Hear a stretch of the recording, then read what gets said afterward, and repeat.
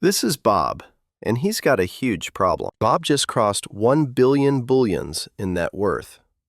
He's sitting in his private grazing field, looking at the numbers, and something feels off. Not wrong, just different. Because Bob remembers when 10,000 bullions felt like freedom.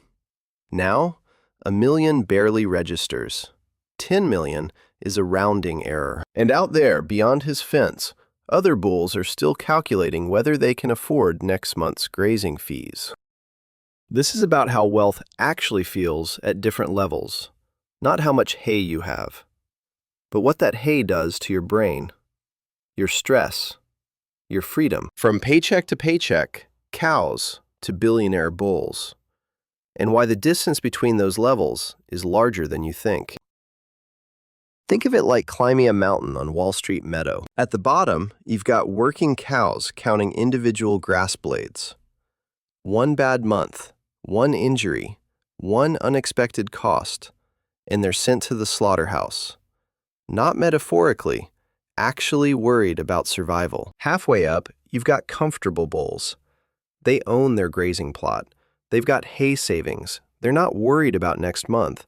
They're worried about retirement pastures and whether their calves can afford education. Near the top, wealthy bulls.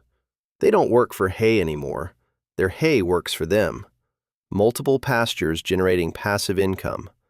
They're thinking about legacy, not groceries. And at the peak, that's where Bob lives now. He's got so much grazing land that he couldn't possibly eat all the grass himself. He's making more hay per hour while sleeping than most cows make in a year. His concerns aren't about money anymore. They're about influence, legacy, whether anyone will name a field after him. Here's the thing nobody tells you. The psychological distance between each level is bigger than the financial distance. Let's establish how the pasture pyramid was supposed to work. Bottom tier, 0 to 50,000 in annual hay. About 40% of the herd lives here. Every bullion matters. You're calculating whether you can afford both medicine and rent. Financial stress is constant. Biological. Your body literally produces stress hormones thinking about money. Lower middle tier, 50,000 to 100,000. Another 30%. You're not starving, but you're one disaster away from serious trouble.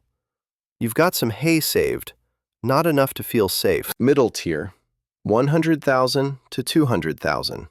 About 20% of bulls. You're comfortable. You can handle surprises. You're saving for retirement.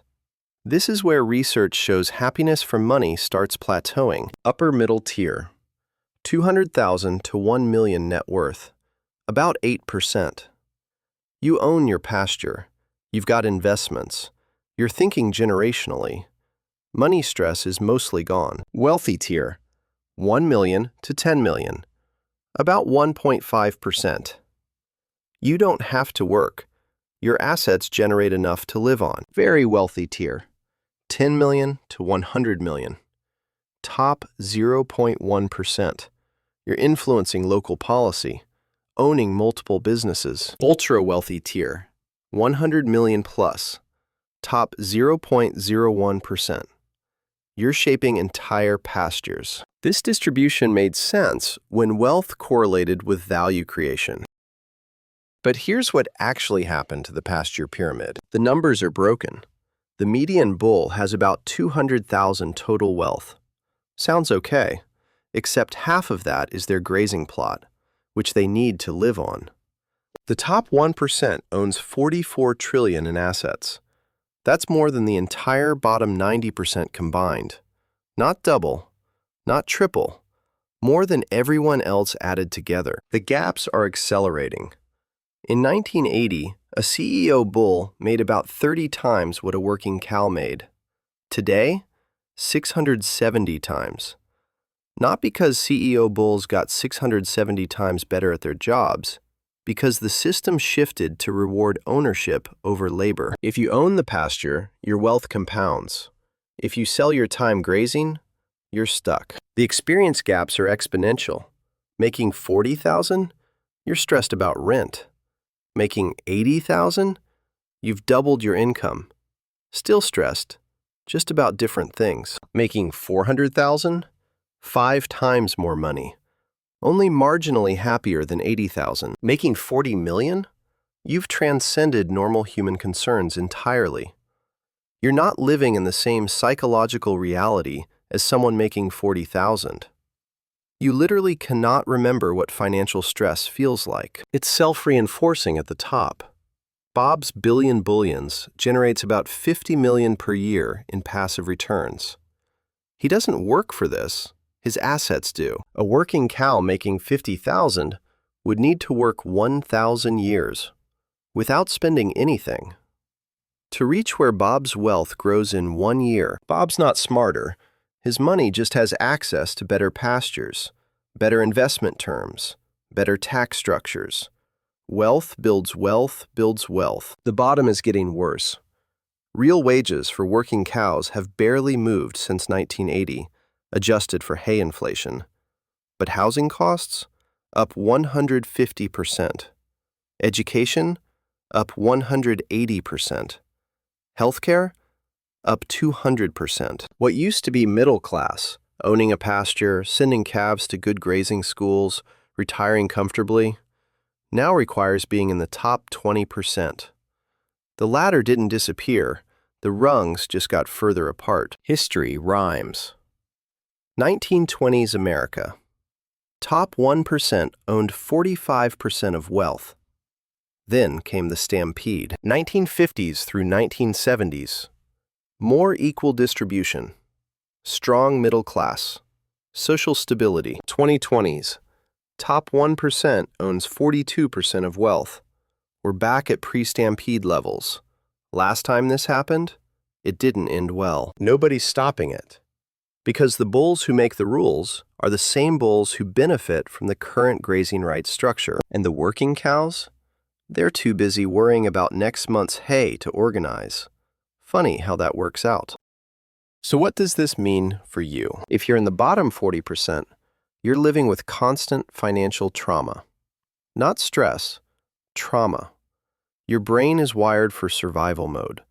You're making worse decisions because you're making them under duress. You know you should save, invest, plan long term, but you can't because this month's grazing fees are due. If you're in the middle 50%, you're comfortable but trapped.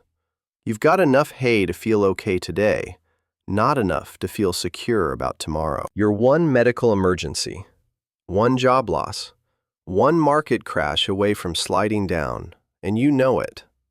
That knowledge sits in the back of your mind, always. If you're in the top 10%, you're fine, actually fine. Money stress is gone. You're thinking about optimization, legacy, meaning. You're wondering what all the fuss is about down below. And if you're in the top 1%, like Bob, you're living in a different reality. Not better or worse, different. Your concerns are status games with other wealthy bulls, legacy questions, existential meaning. You haven't thought about the price of hay in years. You literally cannot relate to financial stress anymore.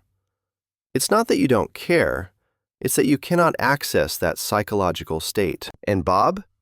Bob's doing just fine, thanks for asking. Here's what nobody tells you about wealth levels. The jump from broke to comfortable. Financially, that's maybe $100,000 in annual hay. Psychologically, that's like learning to breathe underwater. It changes everything about how you experience reality. The jump from comfortable to wealthy, financially, that's millions. Psychologically, it's transcending normal human concerns about survival. You're playing a different game now. The jump from wealthy to ultra-wealthy, financially, that's hundreds of millions. Psychologically, you've left the normal human experience entirely. You're shaping systems, not living within them. And here's the thing.